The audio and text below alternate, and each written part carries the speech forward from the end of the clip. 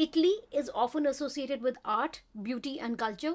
Its legal history tells a more complicated story. Until 1981, Italian law still reflected centuries old ideas about honor, family, and women's bodies. In the 1960s, long before these laws were questioned, a case from rural Sicily forced the country to confront what justice actually meant. This is the story of Franca Viola.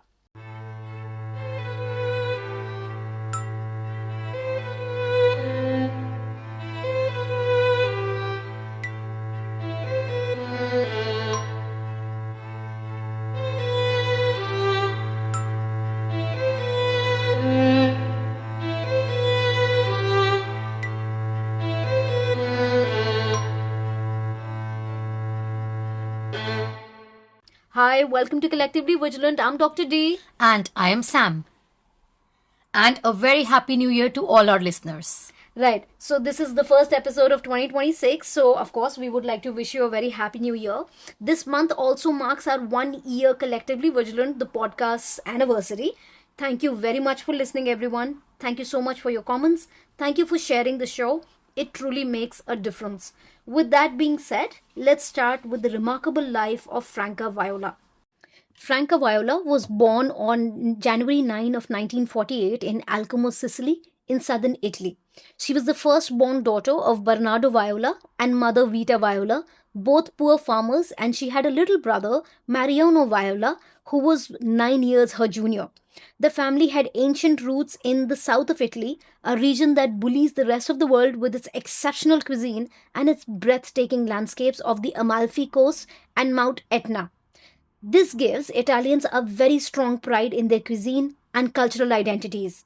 It's no wonder then the south of Italy is known for its strong family bonds, resilience despite a lot of poverty, and culture of silence best showcased in the Godfather trilogy.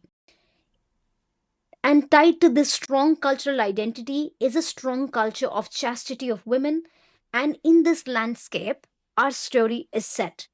In the 1950s and early 1960s, Italy was still a very poor country.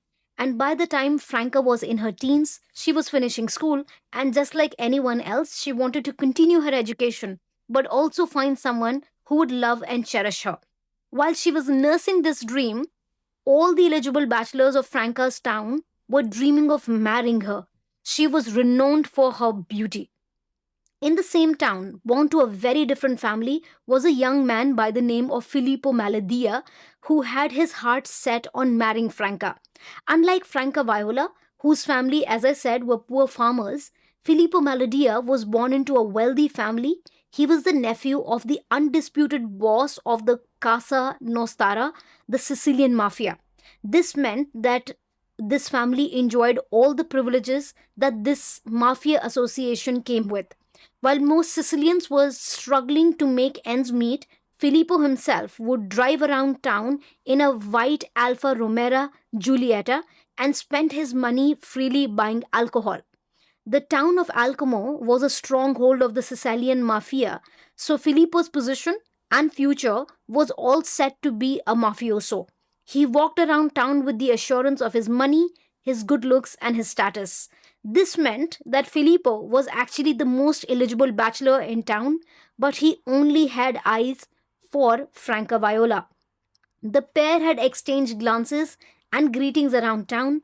Franca had formed the belief that there was a decent husband hidden behind Filippo's flashy exterior, and she told her parents that she would be open to a courtship with this man. Franca's father, Bernardo, was well aware of Filippo Maladia's reputation. He heard many stories of Filippo terrorizing the neighborhoods after drinking alcohol, speeding through little town streets with his flashy car, and he had even been known to show people his 9 millimeter pistol. Bernardo was also aware that the local police were looking for Filippo at all times. As a hard working, humble man himself, Bernardo Viola had little respect for the young mafioso. A few days after Franca told her parents about her growing feelings towards Filippo, Filippo arrived into the Viola house to introduce himself to the family and begin the courtship process. Once inside the family home, Filippo announced his intentions to be engaged to Franca, who was about 16 years old at this point. Bernardo, though a poor farmer himself, was not easily intimidated. He wanted his daughter to marry someone who would truly take good care of her. Filippo smugly retorted that there is no better man in town than himself. Bernardo then implied that he would actually prefer Franca be married to a man who worked for a living. Filippo was deeply insulted by this remark but remained quiet. Eventually, Bernardo said it out loud that he would want someone who was actually working for a living. Franca herself had expressed interest in Filippo, so Bernardo was willing to consider an engagement between the two of them, but on one condition, that they got to know each other first. Filippo was not the type to take orders from anyone, and especially from someone he considered to be a peasant. He wouldn't have tolerated such disrespect for any other girl, but he wanted Franca Viola to be his wife. So he was willing to do as he was being told by the father Bernardo. In the following weeks, Filippo and Franca met under the watchful eye of Franca's mother and in the company of her little brother. But as Franca truly got to know Filippo better, she realized something that her father knew all along. Filippo was not the man for her. He was boastful, brash, he was a brainless man who was full of bravado and had absolutely no substance.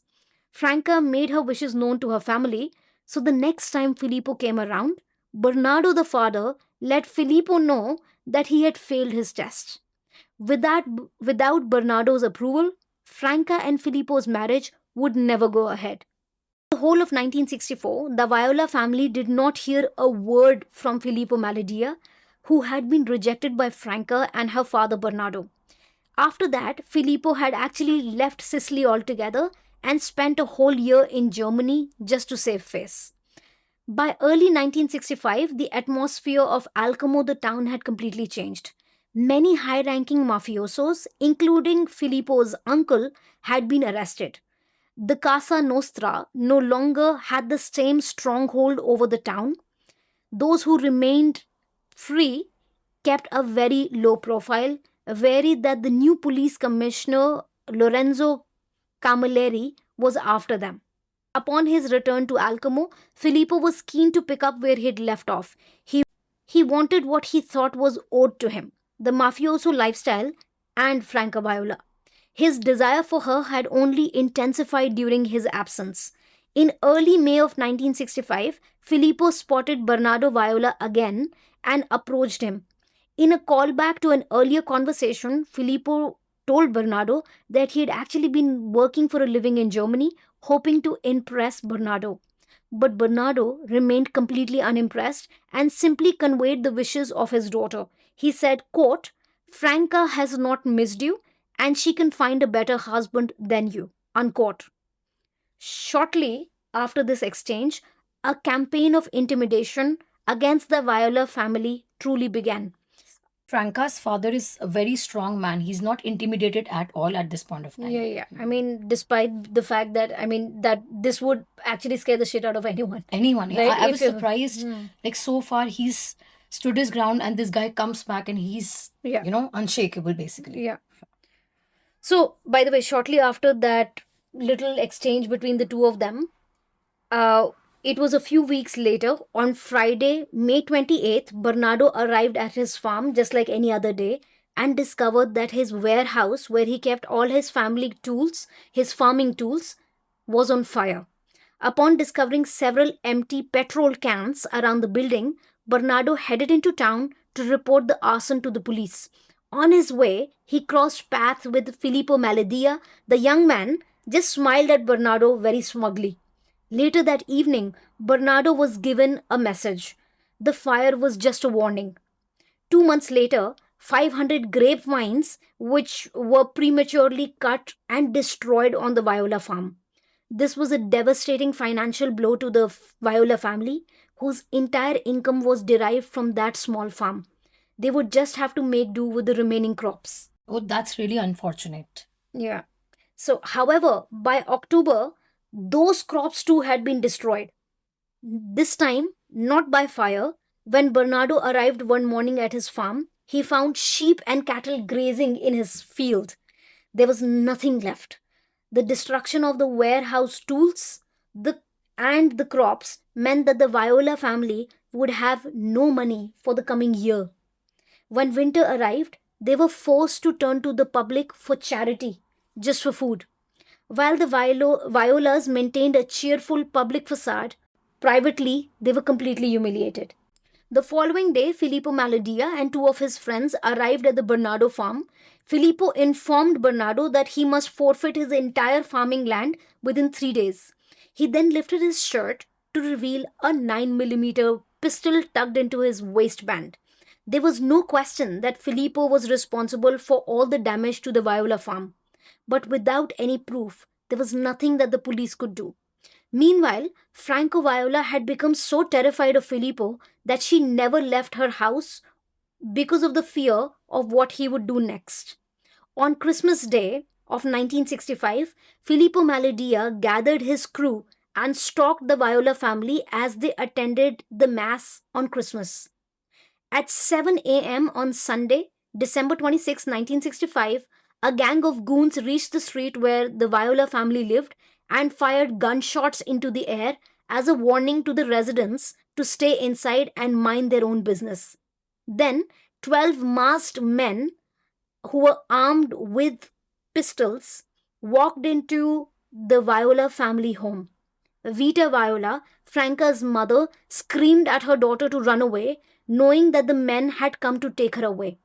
Vita tried to fight them off, but she was knocked to the ground. Franca rushed upstairs, only to be chased downstairs by four men who then dragged her back in front of the house.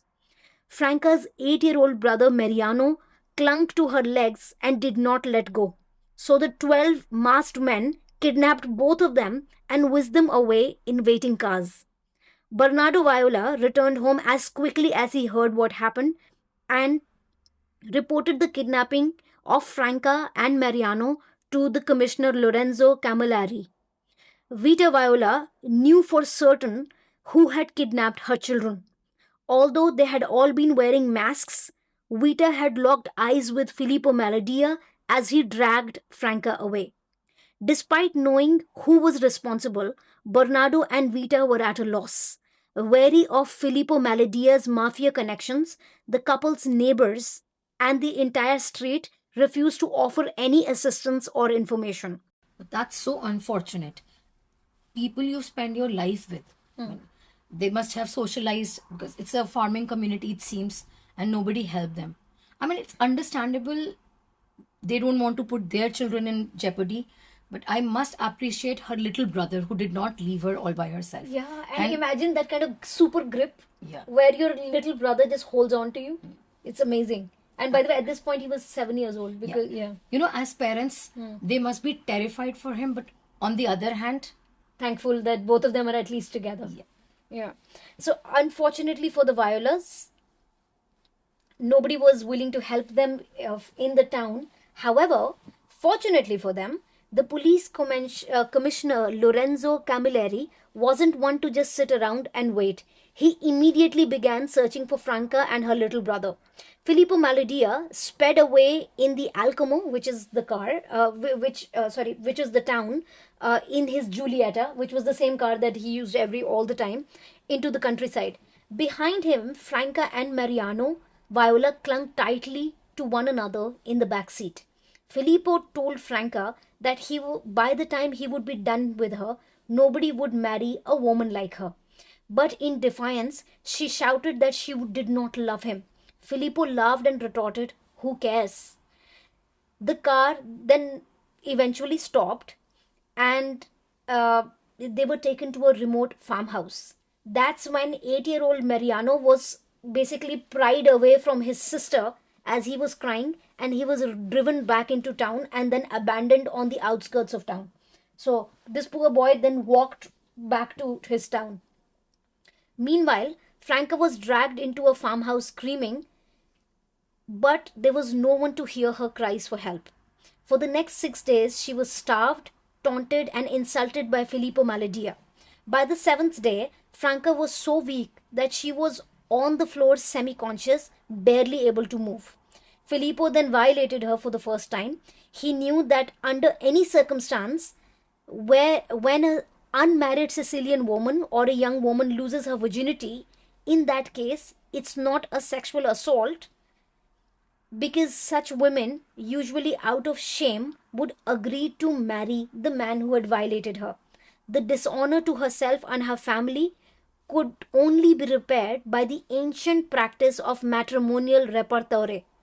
This was a legal and social practice in Italy, formally recognized in Article 554 of the 1930 Penal Code, under which a man who had kidnapped or sexually assaulted a woman would erase his crimes completely by marrying her. The logic was that the harm was not considered to be violence against a woman or a person, but actually a loss of family's honor that damaged a family's social standing.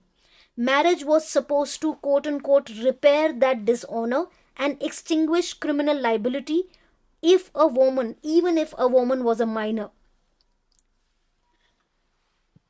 So at this point of time, it's very difficult to understand what's going on in his mind. He did it out of revenge. So he clearly does not love her, but then why would he marry her? No, because he's basically doing this because there's this ancient practice where even if you sexually assault someone, that all those women all these centuries had agreed to marry those men. So he basically did it under the confidence that she would of course be marrying him anyway. So this was his way of coercing her into marriage. And by the way, this is related to an ancient Italian concept called fuetina, a traditional Sicilian elopement originally meaning a consensual runaway by a couple whose families opposed their relationship. Now this reminds me of so many Indian movies. Right, and by the way, this reminds me of the ancient Indian concept of Gandharva Vivah. Right? Right, absolutely right, yes. Right, where if even if your family opposes you, it doesn't matter. If you just run away with someone, basically, that's your way of sort of marrying someone with elopement. And family would definitely want the honor to be restored, right? So in that sense, there is, by the way, no difference between the Italian countryside or Indian countryside in that sense. Completely the same thing. Over time, the fuetina, especially in the 20th century, had often been abused by men to coerce or violently abuse women and abduct them and sexually assault them, only so that they could marry those women and coerce them to be socially and legally being sanctioned into a marriage. In cases like Franca Viola's, fuetina became a weapon, not a romance of any sort. But it's usually triggers an expectation of repartore marriage. And by the way, if I'm getting any of my Italian pronunciation wrong, please forgive me. Filippo knew that the law was on his side. This applied even if the victim was a minor, and Franca was basically 2 months shy of her 18th birthday, so she was a minor at this point.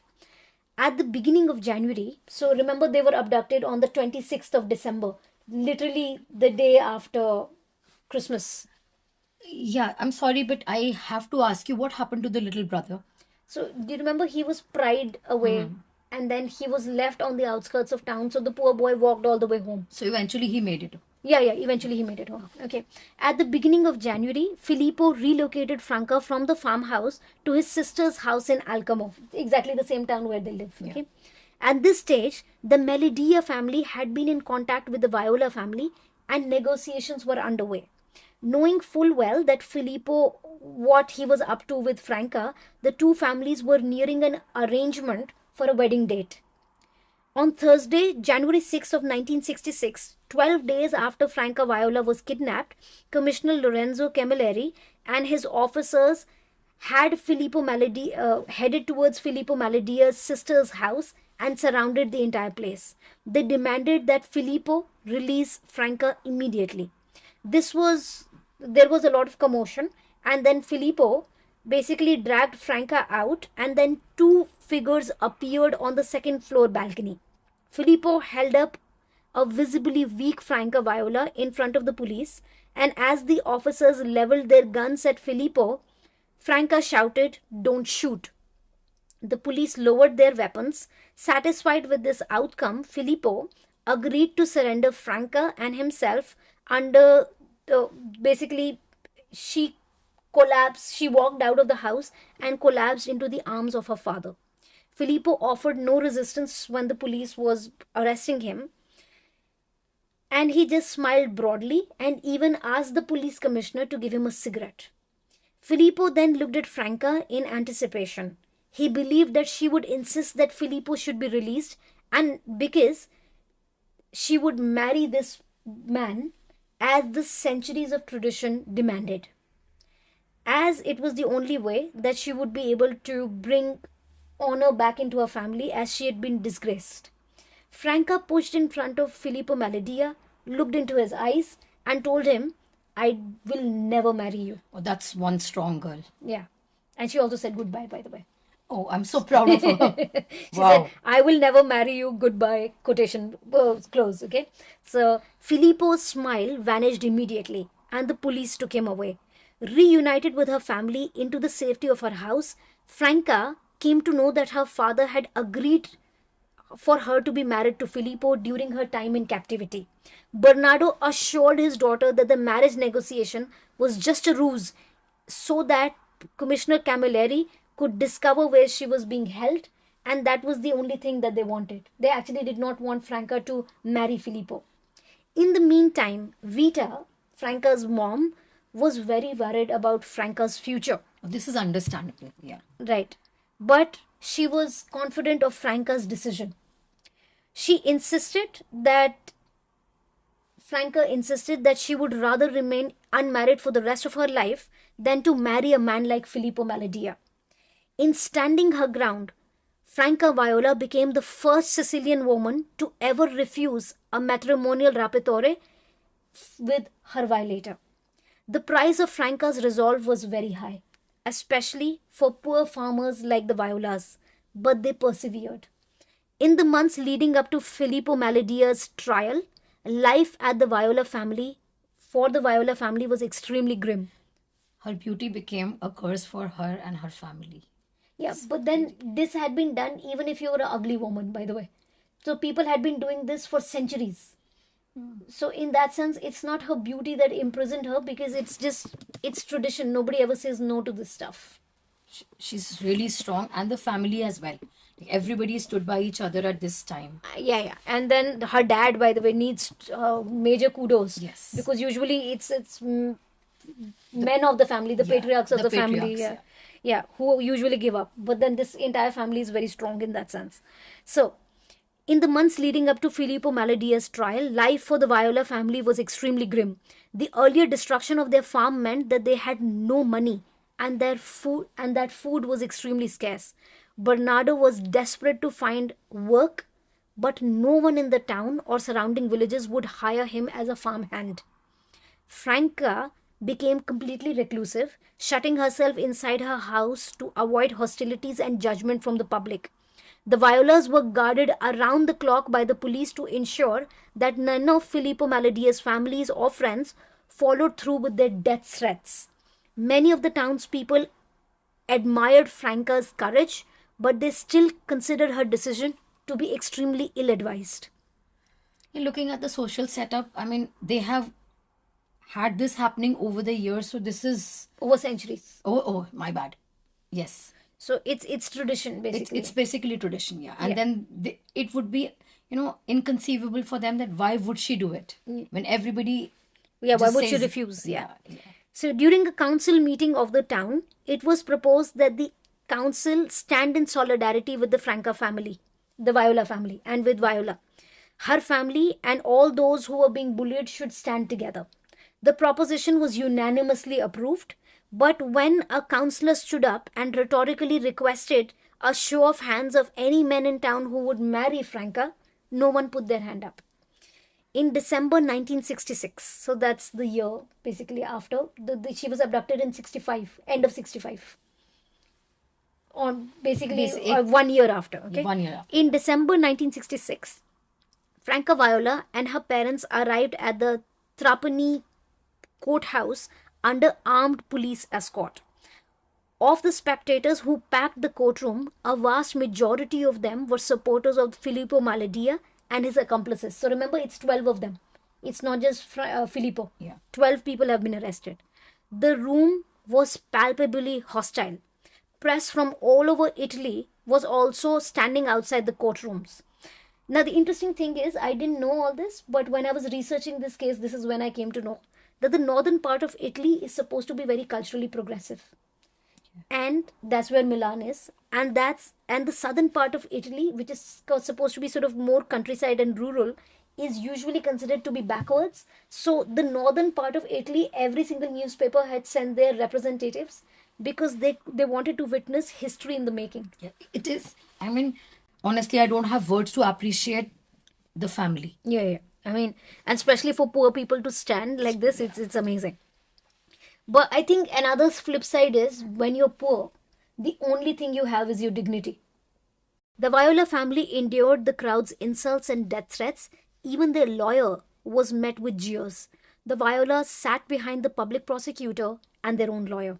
On the other side of the town was all the lawyers who were representing the 12 accused. Under oath, now this is the interesting part, Filippo Maladia told the court that he and Franca were in love with each other, but her father Bernardo had called off their wedding and their engagement against Franca's wishes. Filippo said that he and Franca had arranged the elopement together in order to force her father's hand. He claimed that they had been consensually intimate many times during their escape, and this was nothing new for her because she had already slept with him several times 2 years ago during their initial courtship. He elaborated that there were many moments during his visit to the Viola family when they were in a courtship when he and Franca were left unsupervised. To prove his client's assertions, Filippo's defense lawyer requested that a medical expert should be granted permission to physically examine Franca Viola's hymen in order to prove that she had lost her virginity many months, probably years ago, years before she was abducted. The prosecution vigorously objected to this request and it was thankfully denied by the court. Next, Filippo Maladia also claimed that he and Franca had planned all the details together and staged a kidnapping the day prior, on Christmas Day. So they had made all these arrangements together. The Fuetina, which is a word for elopement, was an agreed upon arrangement between himself and Franca Viola. No actual kidnapping or sexual assault had been committed. Filippo Maladia concluded that Franca's true wishes was in fact to marry him, but her tyrannical father would not allow it. The defense also brought many people who lied on Filippo Maladia's behalf. In support of Filippo's claims, he and Franca, many people stood up and said yes, they had heard Filippo and Franca together and that they were planning these things together. And one person that they brought on was a woman called Anna Lungaro. Anna lived right next door to Filippo's sister. And she said that when the police had arrived to take Franca away, she heard Franca say, "Don't shoot, he's my husband." Money can buy you everything. Yeah, or maybe intimidation can buy you anything. I mean, it's horrible. Yeah. So the defense finished their part of the case. And none of the 12 accused, by the way, were worried at all because they knew that the law was on their side. As expected. Yeah. They talked and joked amongst themselves. They even were smoking cigarettes because all these are like young mafiosos. So that's what they're doing inside the court. The prosecution argument was very simple. In a clear violation of the law, the 12 defendants had kidnapped Franca Viola and her little brother, and Filippo Maladia had sexually assaulted her multiple times. The prosecution conceded that under Section 554 of the Criminal Code, these actions would only cease to be crimes if Franca Viola had agreed to marry Filippo Maladia. However, given Franca's continued refusal to do so, it was her right that this should be a crime. Whether in fear of physical reprisal or simply social stigma, No one in the community was willing to testify on Franca or the Viola family's behalf.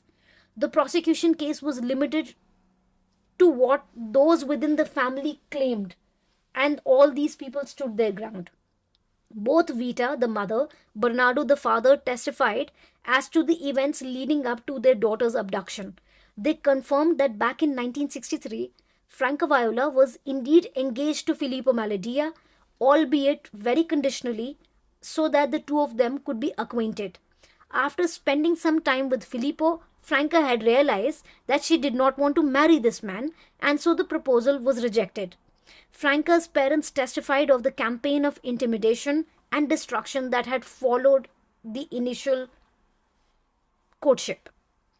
Despite the defense's attempts to prove otherwise, Vita maintained that all of Filippo's accomplices were in the courtroom that day. Even though they had been wearing face coverings when they took away the daughter and the little brother, Vita was able to recognize all of them. Franca's aunt and grandmother also testified that they, along with Franca's parents and the little brother Mariano, all enjoyed Christmas Day together. At no time did Franca have any interaction with Filippo, as they were all together. Finally, Franca Viola sat in the witness box herself. She described her ordeal at the hands of Filippo Maladia in clear and precise detail. She denied any feuatina, which was elopement, that had been pre-planned between them. She maintained that all this was not consensual, and Franca confirmed that she was not now, nor she ever was, in love with Filippo Maladia. Franca was pressed as to why she is now going against all tradition of Sicily by refusing to marry Filippo Maladia. To which she said, quote, "I am not the property of anyone. Honor is lost by those who do certain things, not by those who suffer them," unquote. Oh, wow. Such a wise girl. Yeah, Oh my exactly. God. She was just 19 by Just the way this 19. time. Yeah. You know, I think the entire people sitting in the court must be divided over the fact, like, is it worth it? No, it's worth it. Centuries of tradition broken by a young girl and her family. Yeah. Oh, God. After providing her testimony, Franca stayed away from the courthouse for the remainder of the trial. She could no longer endure the endless intrusion of reporters and photographers, nor the constant demand of Filippo Maladia's supporters to drop the charges and marry him. Instead, Franca relied on her family's reports of the day's proceedings. Despite continued threats to his life, Bernardo never missed a single day of the trial. In their closing statement, the prosecution requested exemplary sentences for all these defendants to illustrate to anyone that violence should not be rewarded with marriage. They suggested that Filippo Maladia's accomplices receive sentences ranging from 4 months to 13 years, proportional to their respective roles in the kidnapping of Franca Viola. For Filippo himself, the prosecution demanded 22 years and 10 months in jail for sexual assault, and this is what the prosecution claimed would be fair. The defense continued to argue that no crime had been committed, that it was an entire plot that Franca and Filippo had come up with together, and the police basically should let go of Filippo altogether. On the 7th and the final day of the trial, the presiding judges retired to deliberate this case. The local community of Sicily and the country as a whole waited with bated breath for history in the making. As am I. Yeah. At 5:30 of the evening on the last day of the trial, the judges delivered their verdict. The court found resoundingly in favor of Franca Viola and sentenced Filippo Maladia to 11 years in prison for the kidnap and sexual assault of Franca Viola and her brother. 8 out of the 11 accomplices also received prison sentences. The reaction of those in the courtroom was stunned silence. Italian newspaper La Stampa reported, quote, "And with Filippo Maladia, this lesson will be listened to by many others in Sicily, who, like it or not, will have to know that something new is stirring in the countryside," unquote. As the courtroom emptied, reporters were able to briefly speak with the patriarchs of Maladia and Viola families. Filippo Maladia's father, Vincenzo, indicated that he was not at all worried about his son's conviction, as there was still time for a matrimonial repertoire. With such a marriage, the law allowed the man's crimes to be erased even after the sentence had been handed down. Vincenzo was extremely upbeat and he suggested that he said, quote, I don't understand why Bernardo doesn't want to. In his place, I would have married Franca to Filippo, unquote. In contrast, Bernardo Viola remained steadfast that his daughter would never marry Filippo Maladia. The Viola family was simply keen to get on with their lives. When asked about Franca's future, Bernardo confirmed that she had obtained her driver's license and was studying to become a typist. Franca had received dozens of letters of support for her decision not to marry her sexual assault person, like her rapist. Respect. Yeah. She had already received hundreds of written marriage proposals Oh, from all over Italy. Bernardo was confident that Franca would be just fine. Immediately after the trial, Filippo Maladia's legal team appealed his sentence, and on July 1967, which was roughly 7 months after he was sentenced, his sentence was marginally reduced from 11 years in prison to 10 years in prison with 2 years of supervisory release. On the morning of Wednesday, December 4 of 1968, 1 year after that, 20-year-old Franca Viola walked down the aisle. At the end of the aisle was a 25-year-old accountant, Giuseppe Luisi. oh wow. Yeah, and by the way, they have such lovely Italian Yes. names. Juicy Italian names. So, I'm so glad somebody stepped up. yeah. And by the way, so she was a typist and he was an accountant. So, like, perfect match Match in that made in sense. heaven. Yeah. Yes. And they were actually in love with each other. So, listen to their love story. Franca and Giuseppe had gone to school together and they'd lost touch over the years. They were reacquainted at a union between their families in 1966, right before Franca was supposed to face Filippo Maladia in court. Oh. Franca was already dealing with severe public scrutiny for that decision, so she kept her courtship with Giuseppe a secret. He basically became her rock, calling Franca every single day and writing her letters while she was hidden inside her family home. Today when you say letters, it's like so romantic. He was writing her letters. Yeah, it's like these days the equivalent would be writing someone like long emails probably or long texts. Okay, so after the stress and attention of the ordeal faded away, Giuseppe proposed and Franca, of course, married him. She feared that Filippo Maladia might find out about Giuseppe and get him killed. However, Giuseppe persisted, telling Franca that he would rather spend a short life as her husband than a whole life with any other woman. This story is full of heroes. Yeah, exactly. We all need such heroes. Yeah, so by the way, it's like a heroine marrying a hero, right? Yes. It's lovely. Yes. So as soon as Franca accepted his proposal, Giuseppe applied for a marriage license. And along with that, he also applied for a license to carry a weapon. I was going to ask you that is it legal, is it allowed, and then there you go. Yeah. I mean, these are mafias, right? So, of course, you should be wary of them. Yeah, Right? absolutely. Yeah. So, Franca and Giuseppe opted to keep their wedding ceremony very small and private affair. Only their close friends and family were invited, and the ceremony took place right at the crack of dawn. A number of police officers who protected the Violas leading up to the trial were actually attending the wedding as well. We must appreciate all the policemen who were involved, and because of Yeah. those policemen and the police commissioner, They were safe. Yeah, yes. they were safe. Yeah. And even Franca's lawyer had become such a close family friend that even he attended the wedding. So that's lovely. That's lovely, Yeah, actually. this is like a good bunch of people coming together. and It's and such a a new relief. family in making. By the way, this is the lovely part. I mean, everything so far is lovely, Yes. but it's going to get even lovelier. Your story is making me feel really, really happy at this point of time. Yeah, this is a good true crime story. Yes. Right? So, when Franca and Giuseppe were getting married, they received congratulations and even wedding gifts from the Italian president, whose name was, by the way, also Giuseppe Saragat, and also from the Italian Prime Minister Giovanni Leone. As the sun rose on their nuptials, the newlyweds made their way all the way to Rome. with a private audience with the Pope himself. Oh my God. Yeah. This is history in making. This is such a historic thing. Yes. So now let's get back to the villain of the story. Okay. And let's see what he's up to. After serving 10 years in prison for the kidnap and sexual assault of Franca Viola, Filippo Maladia was released from prison.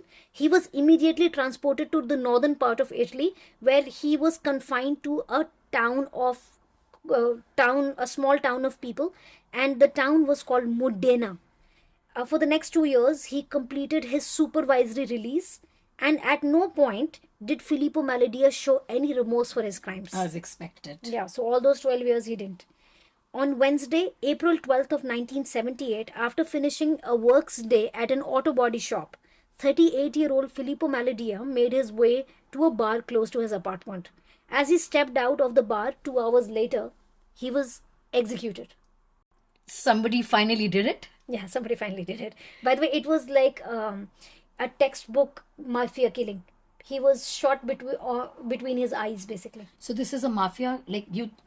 It could be a vigilante killing. Yeah. It could be a mafia killing. It could be just anybody killing him, but basically the scum of the earth. You know, the way you were progressing, I was like holding my breath. Who is it? Yeah, because by the way, unfortunately, usually one would think that probably it's Giuseppe and Franca being killed. Yes. But thankfully, Yeah.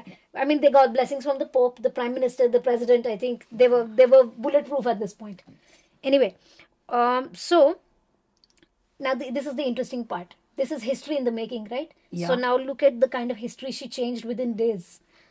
On Monday, December 1966, less than 48 hours after Filippo Maladia had been found guilty and sentenced to prison, 22-year-old Matea Travalova, I think I butchered that one. That sounded more Russian than Italian when I said it. But there was a woman, 22-year-old woman called Matea, and she was walking on the street with her mother when a trader basically abducted her, and 3 men took her into a vehicle and then they sexually assaulted her. And the man who had picked up Matea was her ex-fiancé, a man by the name of Andrea. And when the police basically went and looked for Andrea, they found her. And at that time, even she refused to marry the man who sexually assaulted her. Emboldened by the courage and resolve of Franca Viola, Matea denounced her rapist. She told the police that she would never marry her rapist. Your story is full of heroines. Yeah. So she became the second woman to say no in Sicily. And you know, these girls have been raised, right? Those parents standing by these girls makes me so proud. Yeah. Actually, one has to be proud of the parents because, it's just, it's a big thing when your family stands with you. Yes. So 24 days after that, a 18-year-old girl called Carmela Parisi was kidnapped in central Sicily and raped by a man called Franco Matura, despite her family's wishes. Now, by the way, this is the amazing woman, because for everyone else, the family stood with them. Yeah. But actually, Carmela's family wanted her to marry her rapist. Everybody does not have the courage. Yeah. But she actually became the third girl to refuse to marry her rapist, and she actually stood up against her own family. So this opened the floodgates of all these heroines, women who did amazing things. So girls and young women throughout Sicily were now breaking tradition, and they had been punished for centuries for being women, but all these women stood up. It took 15 more years after these initial heroines stood up when the law actually changed. The law was finally repealed in 1981. Franca and her father Bernardo's decisions changed Italian law completely. In 2014, 66 years after Franca Viola was kidnapped and her historic trial, she was awarded the honor of the Grand Officer of the Order of Merit by the Italian Republic. So it's the highest civilian honor of Italy by President Giorgio Napolitano. Franca received the award for her brief but powerful contribution for the emancipation of the women in Italy. Okay, so that's the end of our first episode of 2026. Hopefully, we will be able to provide more episodes like this, and hopefully, all of those episodes will be together. Because, Yes, absolutely. But right, this episode has actually made me very proud. yeah, I'm proud of all these people. Yes. So, until we see you again, Stay collectively vigilant.